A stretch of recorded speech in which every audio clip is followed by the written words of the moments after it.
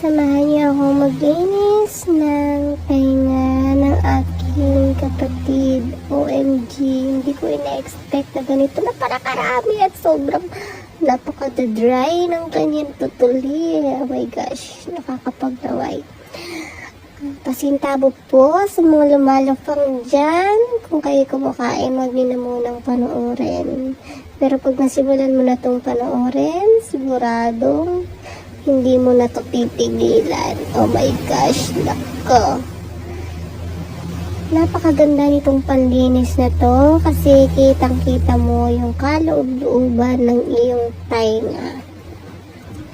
Ito nga pala ay dalawang klase. Meron siyang 349 and meron siyang 700 plus. Yung nasa 300 ay yung meron siyang wire para nakakonect siya sa iyong cellphone, at yung nasa 700 plus naman ay wireless na siya, wifi na lang ang gagamitin mo at magkukonect na siya sa iyong cellphone para makita mo ang loob ng iyong tainga. Napakaganda nitong gamitin kasi talagang kasi minsan akala mo napakalinis na yung tainga mo pero hindi naman pala. Ayan nga, oh, napakarami. Grabe. Mag-order na kayo kaysa gumamit kayo ng cotton buds or yung mga trending na panghinuli dito sa TikTok.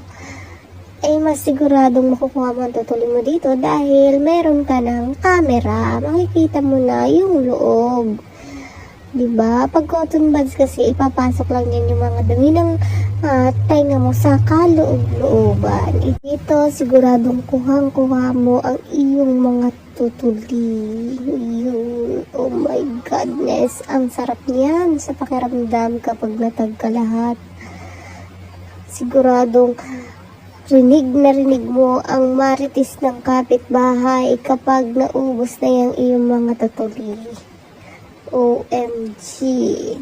At kapag may pumasok na mga langgam sa tainga mo, ay madali lang dahil meron lang pailaw. Ayan o. Napakaganda niyan mga chong.